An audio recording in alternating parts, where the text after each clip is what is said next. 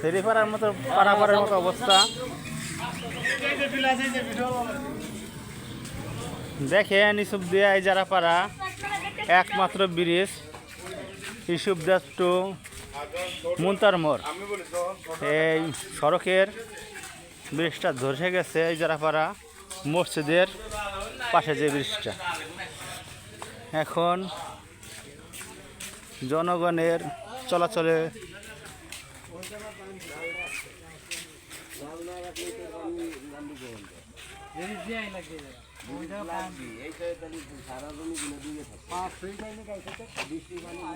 এখন দেখতে পাচ্ছেন যে অবস্থা ব্রিজটা ভাঙ্গিয়া।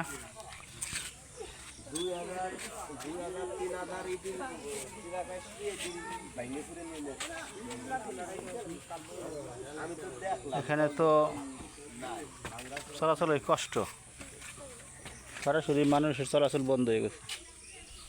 যাই হোক, আমি উপর দিয়ে একটু এমনি এমনি যাই। দেখেন দুই পাশটাই ব্রিজের যে অবস্থা, তাই মানুষই যাওয়া আসা করতে পারতেছে না, আর গাড়ি যাবে কীভাবে? এখনো সংস্কারের কাজ শুরু হয়নি। দেখা যাক ঈদের আগে কতদূর কাজ হয়।